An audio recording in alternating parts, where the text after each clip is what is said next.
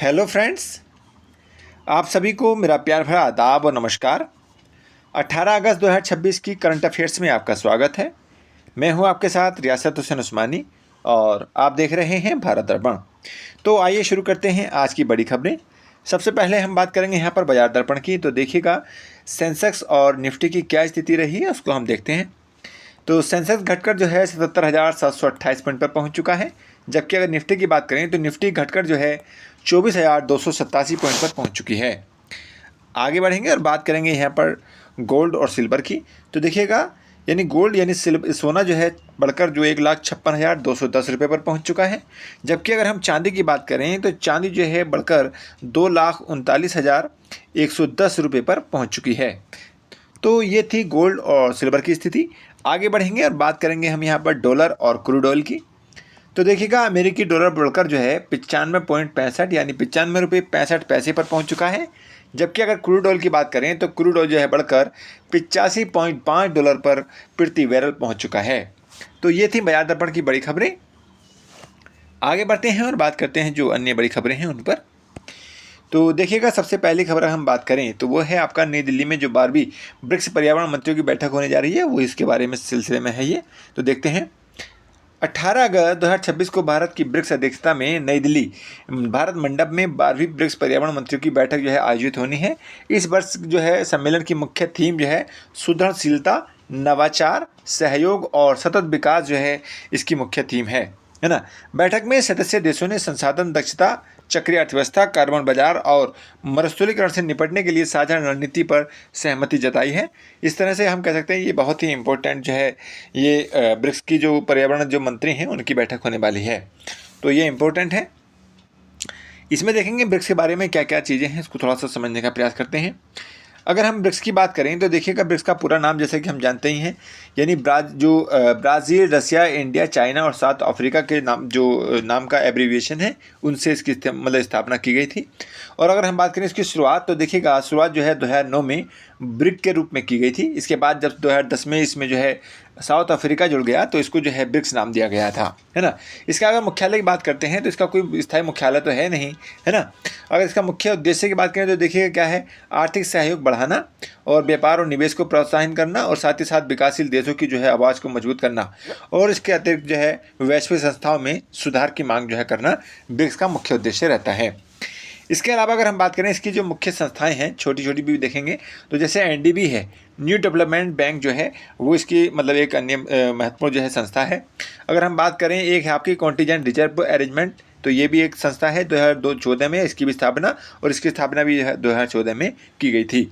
इसके अलावा जो है यहाँ पर हम देखेंगे ब्रिक्स का पहल की अगर बात करें तो विश्व की लगभग आधी आबादी का जो है प्रतिनिधित्व करती है और विश्व जो है जीडीपी और व्यापार में महत्वपूर्ण योगदान रखती है। स्थानीय मुद्राओं की बात करें तो व्यापार बढ़ाने की ओर जो है ये अग्रसर है। इसमें अगर और देखें तो भारत के लिए क्या महत्व है देखते हैं। तो भारत के लिए अगर हम देखें तो भारत और निवेश के लिए जो है अवसर प्रदान करती है और वैश्विक मंच पर जो है इसका प्रभाव जो है बढ़ाना इसका मुख्य उद्देश्य रहता है। इसकी अगर हम बात करें तो देखिएगा इसमें कौन कौन से देश शामिल हैं। 5 देश तो हमने देख लिए, ब्राज़ील, रसिया, इसके बाद भारत, चाइना और साउथ अफ्रीका। तो ये हमारे 5 देश तो हैं ही। ये शुरू में 4 थे, उसके बाद में जो है साउथ अफ्रीका जुड़ा 5 2010 में और इसके बाद जो है 1 जनवरी 2024 में जो है ये अन्य देश जुड़ गए। इसमें मिस्र यानी इजिप्ट, इथोपिया, ईरान और सऊदी अरब। इस तरह से ये संख्या जो हो गई थी वो 9 हो गई थी, है ना, बढ़कर के। और अगर हम वर्तमान में देखें तो एक जो है सदस्य फिर जो है सऊदी अरब को इस्तेमाल किया गया, जोड़ा गया। इसके बाद में फिर जो है इंडोनेशिया को जोड़ा गया। तो हम कह सकते हैं वर्तमान में जो है इनकी सदस्य संख्या जो है वो 11 है ना। तो वर्तमान में कितने सदस्य हैं इसमें? 11। तो ये जो है इंडोनेशिया जनवरी 2025 में जुड़ा था। इस प्रकार जो है इसमें कुल सदस्य जो है कितने हो गए हैं? 11 हो गए हैं, है ना। तो ये है। अब हम बात करेंगे, आगे बढ़ेंगे और बात करेंगे अगली खबर की। देखिएगा क्या है, भारत थाईलैंड द्विपक्षीय सैन्य अभ्यास मैत्री जो है, मैत्री का जो सैन्य अभ्यास हुआ है उसके बारे में एक खबर है। तो देखते हैं, भारतीय सेना और रॉयल थाई आर्मी के बीच जो है 18 से 31 अगस्त 2026 तक जो है थाईलैंड के सूरत थानी में 15वें द्विपक्षीय सैन्य अभ्यास यानी मैत्री की जो शुरुआत हुई है। इस अभ्यास में भारत की ओर से 9 गोरखा राइफल्स की टुकड़ी भाग ले रही हैं और इसका जो मुख्य उद्देश्य की बात करें तो संयुक्त राष्ट्रीय जनादेश के तहत जो है जंगलों और अर्ध शहरी क्षेत्रों में जो आतंकवाद विरोधी और उग्रवाद विरोधी जो अभियान है उनके लिए जो है अंतर संचालनीयता में सुधार करना है ना। तो यह जो रक्षा सहयोग है एक एक्ट ईस्ट पॉलिसी के तहत जो है और हिंद प्रशांत क्षेत्र में जो सुरक्षा साझेदारी को मजबूत करने की दृष्टि से बहुत ही महत्वपूर्ण माना जाता है। तो जैसे कि हम जानते हैं कि जो समय समय पर बहुत सारे जो है सैन्य अभ्यास नौसैन्य अभ्यास इस तरह से जो है होते रहते हैं, तो उनके बारे में सिलसिला मतलब चलता ही रहता है। तो ये एक महत्वपूर्ण जो है सैन्य अभ्यास है जिसका नाम है मैत्री, है ना। तो मैत्री अभ्यास के सैन्य अभ्यास किस किस के बीच में होता है? भारत और थाईलैंड के बीच में, है ना। अन्य अगर बात करें कुछ जो है अन्य महत्वपूर्ण युद्धाभ्यास हैं उनकी बात करते हैं थोड़ी सी। तो देखिएगा अगर हम बात करें मित्र शक्ति, तो मित्र शक्ति जो है किस किस के बीच में होता है, इसको बहुत ही इंपॉर्टेंट आते हैं जो मैं यहाँ बताऊंगा वो इंपॉर्टेंट होते हैं। मित्र शक्ति की बात करते हैं तो देखिए भारत और श्रीलंका के बीच में होता है। इसके बाद में अगर हम बात करते हैं हैंड इन हैंड तो ये भारत और चीन के बीच में होता है। इसके बाद सूर्यकिरण की बात करते हैं तो सूर्यकिरण जो है भारत और नेपाल के बीच में होता है। इसके बाद देखें गरुण शक्ति जो है, गरुण शक्ति भारत और इंडोनेशिया के बीच में होता है। इसके अलावा जो है संप्रीति देखें तो संप्रीति जो है भारत और बांग्लादेश के बीच में होता है। वज्र प्रहार की बात करें तो वज्र प्रहार जो है भारत और अमेरिका के बीच में होता है। मालाबार तो आप जानते हैं मालाबार जो है 4 देशों के बीच में होता है, भारत, अमेरिका, जापान और ऑस्ट्रेलिया, है ना। वरुण की बात करें तो वरुण जो है फ्रांस और भारत के बीच में होता है। इंद्र की बात करें तो इंद्र जो है रसिया और भारत के बीच में होता है। इस तरह से जो है ये बहुत ही महत्वपूर्ण है जिनकी मैंने बात की है ना। आगे बात करेंगे और अगली खबर की तो देखिएगा अगर एक और भी देखें यहाँ पे देखिए सिलाइनेक्स जो है जैसे ही पता चलता है श्रीलंका और जो है इंडिया के बीच में होता है। इसके बाद में सिम्बैक्स जो है सिंगापुर और इंडोनेशिया के इंडिया के बीच में होता है। कोंकण की बात करें तो भारत और ब्रिटेन के बीच में होता है। और नोमैडिक एलिफेंट की बात करें तो भारत और मंगोलिया के बीच में होता है। तो ये जो है एक्सरसाइज हैं जो आर्मी मतलब कह सकते हैं हम जो है जो सैन्य अभ्यास होते हैं एक्सरसाइज मिलिट्री एक्सरसाइज जो है ये होते रहते हैं समय समय पर। तो ये जो है अपनी मतलब रक्षा प्रौद्योगिकी और उसका जो है इस्तेमाल करते हैं, उसका जो है परीक्षण भी करते हैं। तो ये थी कुछ खबर। तो आगे बढ़ेंगे और बात करेंगे जहाँ पर अगली खबर की तटीय अपरदन यानी कोस्टल एरोजन की बात करेंगे और यहाँ पर क्या खबर रही है इसकी बात करते हैं।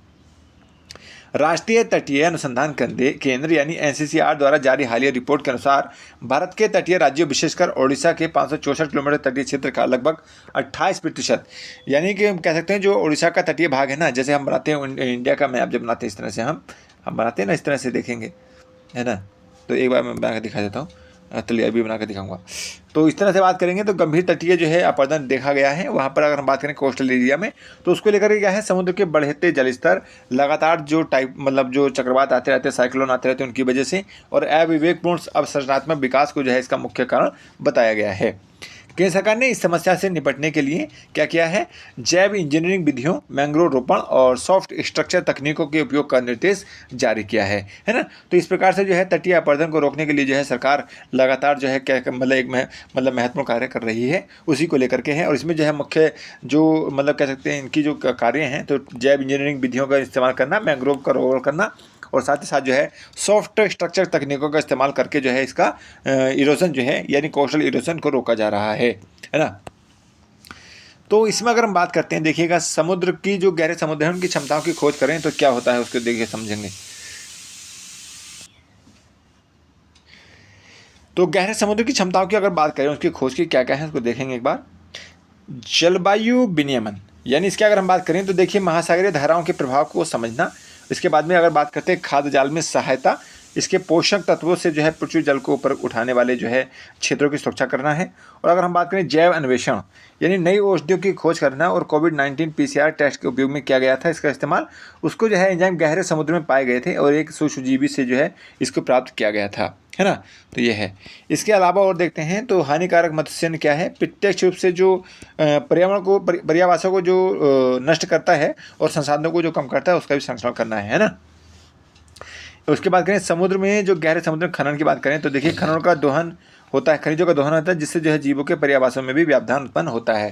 तो ये खतरे हैं उनको रोकने के जो है प्रयास किए जा रहे हैं और धीमी पुनर्प्राप्ति क्षमता जीवों को जो है अधिक संकटापन्न बनाता है ना। तो इस प्रकार से जो है ये समस्याएं हैं और उनको जो है निपटने के लिए जो कार्य सरकार कर रही है। अब हम बात करेंगे, देखिए सप्तधारा उपशक्ति पहल यानी महिला संचालित ग्रामीण अर्थव्यवस्था की बात करते हैं। तो क्या है, ग्रामीण मंत्रालय द्वारा 18 अगस्त को देश भर में सप्तधारा शक्ति क्या अभियान की शुरुआत की गई है। इसका मुख्य उद्देश्य और सहायता जो स्वयं सहायता समूह हैं उनकी सहायता से जो है महिलाओं को आर्थिक रूप से स्वावलंबनी बनाना और साथ ही साथ जो है लखपति दीदी योजना के पहले चरण का जो है क्रियान्वयन करना है। इसकी अगर हम बात करें, इसके तहत जो है ग्रामीण महिलाओं को सूक्ष्म उद्यमिता, डिजिटल वित्तीय साक्षरता और मूल्य संवर्धन और साथ ही साथ जो है जो कृषि प्रसंस्करण में प्रशिक्षित किया जा रहा है ना। तो ये बात है सप्तधारा और शक्ति की पहल की। तो इसके अंतर्गत हमने देखा शक्ति पहल की बात, इसकी जो है पहल की बात करें तो मोदी जी ने अभी जो है इसको मतलब लाल किले से जो है इसको जो है आह्वान किया था। पीएम मोदी ने लाल किले की प्राचीर से किया था शक्ति सप्तधारा का मतलब जो है आह्वान। इसमें कौन कौन से देखिए 7 मतलब कार्य इसमें जो है पहले हैं, कौन कौन सी हैं। तो एक है आपका मैन्युफैक्चरिंग पावर बनाना, कृषि और खाद्य उत्पादन को बढ़ाना, और तीसरा है प्रौद्योगिकी नवाचार को मतलब बढ़ाना और गति शक्ति, रक्षा बल और ग्रीन इकोनॉमी और ब्लू इकोनॉमी को जो है बढ़ावा देना और भारत की जो सॉफ्टवेयर पावर है उसको बढ़ाना। तो आगे बढ़ेंगे और बात करेंगे यहाँ पर राष्ट्रीय जल सुरक्षा और बुनियादी ढांचा की। तो इसके संदर्भ में अगर हम बात करें तो देखिए क्या खबर है। नियंत्रक और महालेखा परीक्षक यानी कैग की जल गुणवत्ता रिपोर्ट के बाद रेल मंत्रालय और जल शक्ति मंत्रालय ने संयुक्त रूप से सार्वजनिक बुनियादी ढांचों पर टैंक टू टैप जल शोधन प्रणाली अनिवार्य कर दी है ना। इसके तहत प्रमुख सार्वजनिक स्थानों और परिसरों में पीने के पानी की रियल टाइम गुणवत्ता निगरानी और साथ ही साथ जो है नियमित माइक्रोबायोलॉजिकल परीक्षण के लिए जो है डिजिटल सिस्टम स्थापित किया जाएगा। तो ये जो है राष्ट्रीय जल सुरक्षा के बारे में जो है कह सकते हैं सरकार की जो एक महत्वपूर्ण मतलब कहते हैं पहल है, उसको जो है बढ़ावा दिया जा रहा है ताकि जो है मान के चलिए जो सार्वजनिक स्थान है उस पर जो है जल की जो गुणवत्ता है उसको जो है उपलब्ध कराया जा सके, है ना। तो ये है। अगर हम बात करें देखिएगा इसका जो यह कदम जो है जल जनित बीमारियों को रोकने और जन स्वास्थ्य सुरक्षा मानक और एसडीजी में जो एसडीजी होते हैं ना, तो उसके एसडीजी 6 के अंतर्गत जो है इसको शामिल किया जाता है जल गुणवत्ता को। तो ये है। इसके बाद में अगर हम देखें तो इसमें क्या है, देखिएगा पानी बचाओ अभियान के तहत अगर हम बात करते हैं तो देखिए पानी जो है जल जो है जीवन है, जैसे कि माना जाता है कि जल ही जीवन है और जल है तो कल है। तो इस तरह से जो है ये बहुत सारे जो नारे भी दिए जाते हैं। तो पानी बचाओ अभियान के तहत जो है हम कहते हैं कि जो नल होता है, नल जो पानी टैप होता है उसको कभी भी खुला नहीं छोड़ना चाहिए, बाल्टी से नहाएं और शावर का प्रयोग ना करें, है ना। इससे क्या है लीकेज ठीक करें, पानी की बर्बादी रोकें और वर्षा का जल होता है उसको जो है संचयन करें और साथ ही साथ जो है थोड़ा सा प्रयास होता है वो बहुत बड़ा परिणाम होता है। तो ये है पानी बचाओ अभियान के तहत जो है कुछ महत्वपूर्ण संकल्प लिए गए जाते हैं उनको लेकर के। तो ये थी मुख्य खबरें। तो आज के लिए मैं यहीं रोकूंगा। जाने से पहले एक बार फिर से आपको रिक्वेस्ट करूंगा कि हमारे यूट्यूब चैनल भारत दर्पण को जो है सब्सक्राइब करें और साथ ही साथ जो है हमारे जो नोटिफिकेशन होता है उसको भी जो है घंटी को भी दबा दें। तो आज के लिए बस इतना ही। जय हिंद, जय भारत, धन्यवाद।